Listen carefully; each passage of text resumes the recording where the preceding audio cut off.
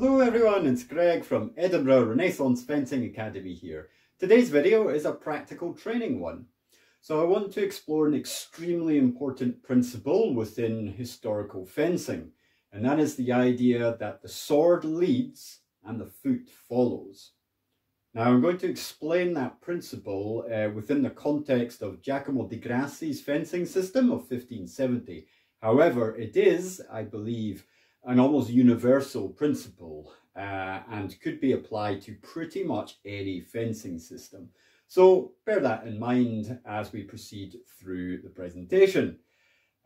Let's get into it and analyze the situation. Okay, so very often in fencing, it's necessary for us to coordinate an action of the sword with a footstep.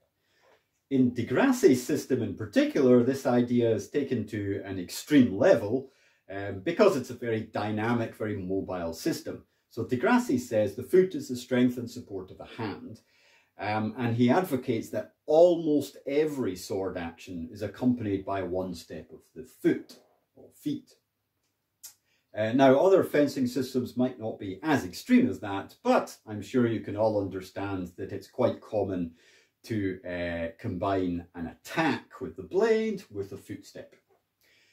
Now, in fencing theory, particularly within the Italian tradition, a single attacking movement is considered to be one tempo, one unit of time, and so we think of it as one complete thing. For example, a stoccata thrust, like so, is one tempo.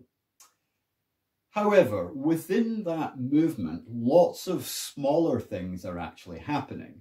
So my sword arm and hand are aiming and driving the sword and causing it to move. My core muscles are engaging to power the action, and my foot and my leg are expanding forwards in order to lengthen and strengthen and support the attack. So, within this one big movement, within this one tempo, there are actually a lot of smaller things happening. Now, the problem that a lot of fencers have, in my opinion, as an instructor, is that they often lose the correct sense of coordination between the different body parts. And the worst mistake, and also most common mistake, I have to say, is that they begin the action with the foot rather than with the sword, or the sword hand, if you prefer. So, for example, they might make this mistake. They advance a step, and then they throw a thrust. What they should do is begin to throw the thrust, and then advance the foot. So the sword leads, beginning the action, and the foot follows in order to support, extend, and strengthen the attack. Why does this problem happen? I think there could be a number of reasons for it. One of them is probably just that people often think about what step it is they need to take and kind of forget to coordinate that with what their weapon hand is actually doing. But another aspect is just the speed of things. The different parts of our body move at slightly different rates and actually cover slightly different distances.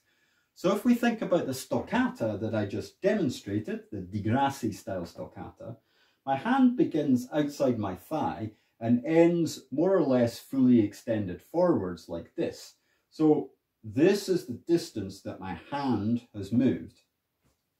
My foot advances a single footstep, which can be as little as this. So my hand and my foot are moving different distances and moving in a slightly different way. So if we don't actively train how to make the attack properly, these things can become uncoordinated. Now, why is this important? Partly it's about the efficiency of the movement and the efficient transference of power into the attack. But more than that, it's about being safe and secure as we move forwards. When I advance into the attack like so, I am, of course, moving into striking distance, moving into measure with my opponent. This means that my opponent is also within striking distance, within measure of me. If I advance my foot first and then move the sword, at this point, when my foot has advanced and pulled my body a little forward and my sword has not advanced, my opponent can strike me in counter time, in contratempo, and I am quite unprotected at this point. My sword has not begun its journey, and it is therefore not covering my line and also not actively threatening the opponent. It's still back here in the ready position. If I begin the action with the sword, then it's clearing the way in front of me, controlling the space, covering my line, and directly threatening the opponent with the tip, because it's a thrust in this case. And then my foot can move behind it to support, lengthen, and strengthen the attack. So that's the main principle that I want you to think about from today's video. The sword leads, in other words, it begins the action, and the foot follows to support it. Now this would be equally true with a cut, where we begin the blade arcing forwards and then step behind it to deliver the attack. And it will be true with a parry. So remember, Di Grassi prefers stepping parries, combining the blade with a footstep. So we extend the sword first to intercept and deflect the attack, and the foot moves behind the sword to take our body offline. If I move the foot first to here, then I can be struck by the opponent's attack before my sword can properly move into position to deflect it. So I begin with the sword, like so, and I follow with the foot to support the action. So that is the theoretical explanation behind all this. Now, let's talk about some practical ways that you can improve this aspect in your own fencing. So let's talk about the thrust first. So how to practice coordinating things correctly with a stoccata thrust attack. I always advocate starting slow and being as precise as possible and building up the speed and the complexity gradually.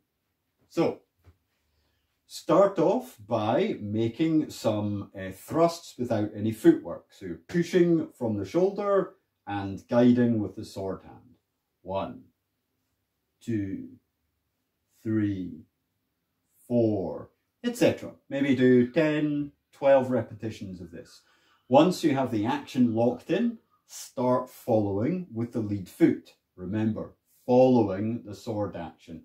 1 and follow, recover. 1 and follow, recover. 1 and follow, recover. Okay, nice and slow, very precise.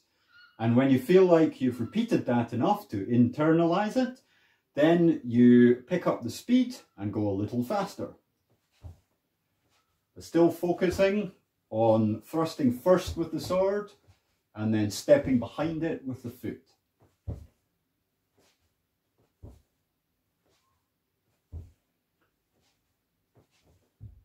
So the foot only needs to start to move when the hand is most of the way through the thrust. In slow motion, thrusting, and now the foot can go.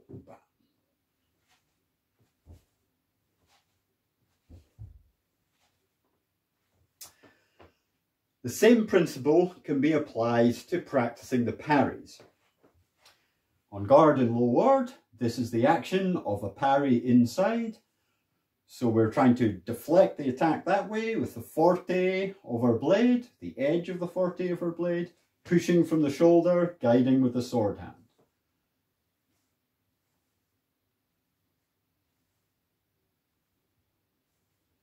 So slow and precise, again, 10 or 12 repetitions, and then when you feel comfortable with the action, add in the footwork, which is a circle step in this case, slow and precise. Sword leads, foot follows.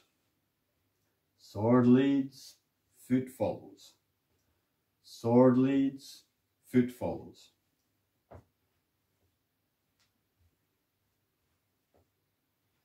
And once you feel comfortable with the action, you feel like it's locked in to your memory, then you pick up the speed and make it more like a full speed action.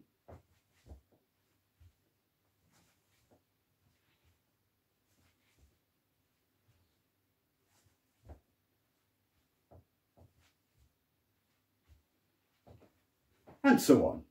And then once you're familiar with these two actions, you can combine them together in the same way to execute a parry and riposte.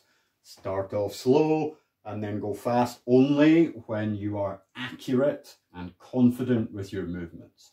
Sword first, foot follows parry. Sword first, foot follows riposte.